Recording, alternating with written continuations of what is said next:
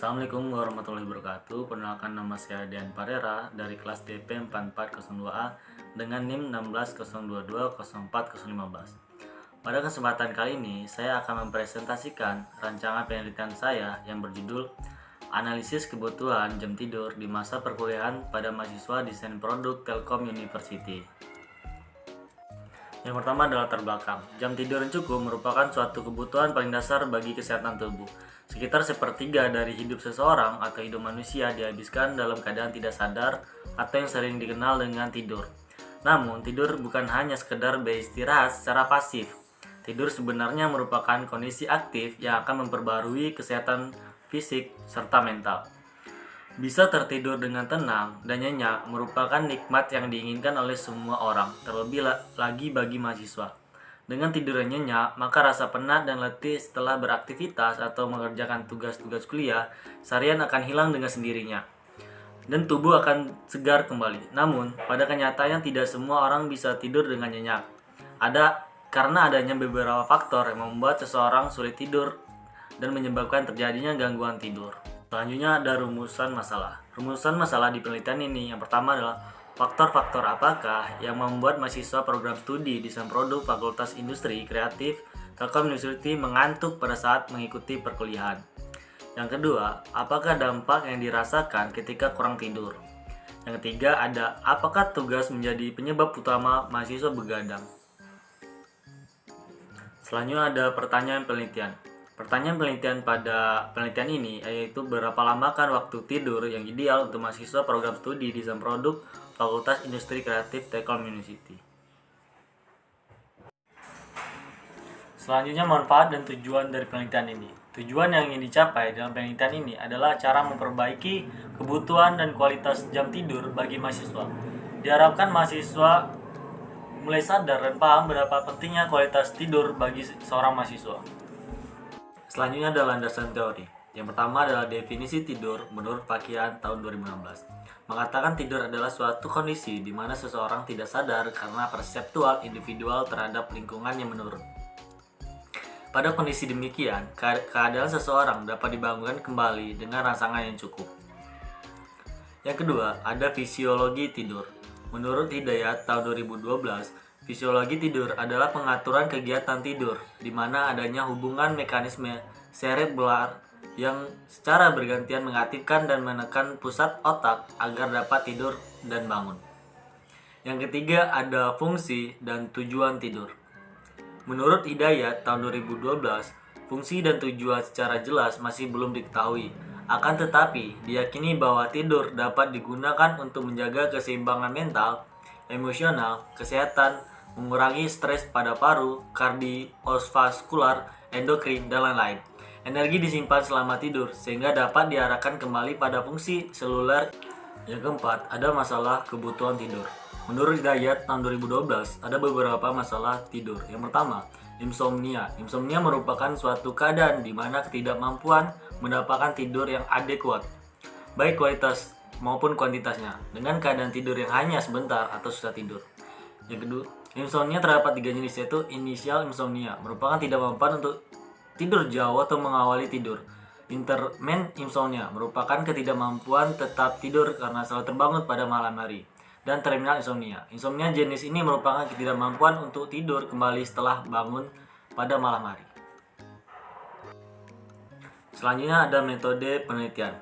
Penelitian ini menggunakan metode penelitian kualitatif yang dimana menurut Ko Jayarningrat tahun 1993 mengartikan bahwa penelitian kualitatif adalah desain penelitian memiliki 3 format.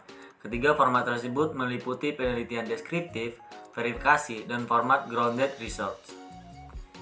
Kemudian ada instrumen penelitian. Instrumen dalam pengumpulan data yang digunakan dalam penelitian ini berupa pedoman kuesioner dan observasi. Yang pertama ada kuesioner. Untuk pengumpulan data dari penelitian ini, peneliti mengambil data dan informasi yang ada hubungannya dengan materi peneliti yang dilakukan dengan menyebarkan kuesioner melalui G-form, lewat smartphone, dan media sosial. Yang kedua, ada observasi. Observasi merupakan pengumpulan data melalui suatu pengamatan secara langsung. atau terjun langsung ke jalan atau ke tempat untuk melihat secara langsung terhadap objek yang akan diteliti. Pedoman observasi dibuat dan diisi oleh peneliti itu sendiri.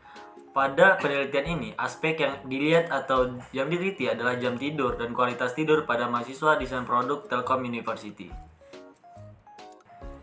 Yang ketiga, ada metode penggali data. Penggalian data atau data mining merupakan suatu proses mengekstraksi dan menemukan pola dalam kumpulan data besar baik di lapangan maupun dalam sebuah bank data. Adapun proses penggalian data sebagai berikut. Yang pertama ada lokasi. Penelitian ini dilaksanakan di sekitar kos-kosan guna kos 2.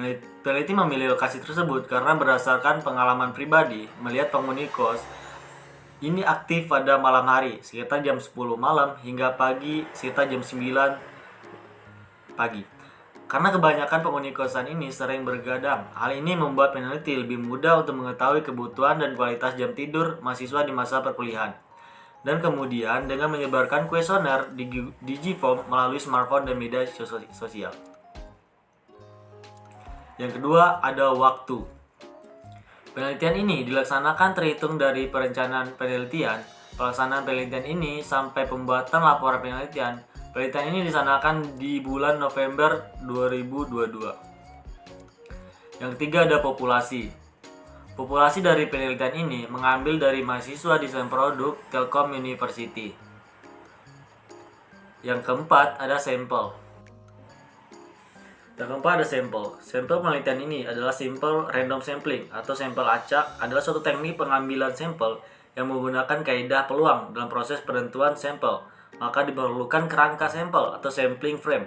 Kerangka sampel adalah suatu data yang berisi kumpulan-kumpulan elemen populasi beserta informasinya.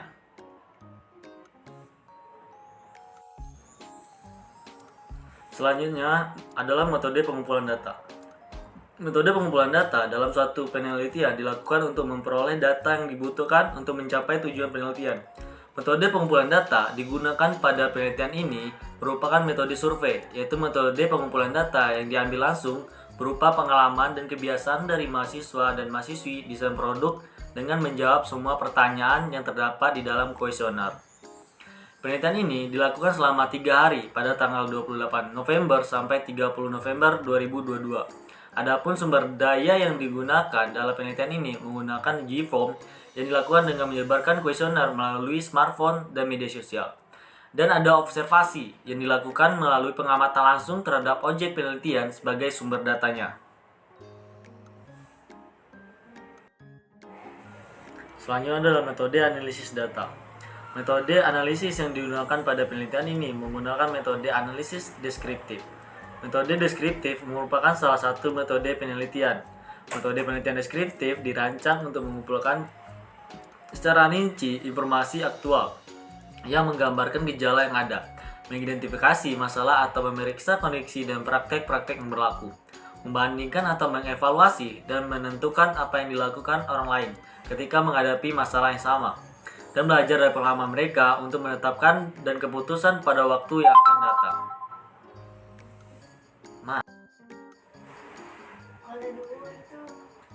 Selanjutnya ada hasil data yang telah diperoleh dari kuesioner. Yang pertama, ada pertanyaan apakah Anda sering begadang. Seperti yang kita lihat pada grafik di atas, masih banyak para mahasiswa yang melakukan kegiatan begadang dan mungkin melakukan kegiatan di luar jam tidurnya. Pertanyaan kedua, berapa jam rata-rata waktu tidur kamu dalam satu hari? Dapat dilihat pada grafik di atas bahwa kebanyakan dari mahasiswa hanya tidur 3-6 jam per harinya. Pertanyaan ketiga, apakah Anda merasa segar setelah tidur selama 7 jam? Dapat dilihat dari grafik di atas bahwa banyak mahasiswa yang merasa segar jika tertidur selama 7 jam. Hal ini berarti kebutuhan tidur seorang mahasiswa yang baik adalah 7 jam per harinya.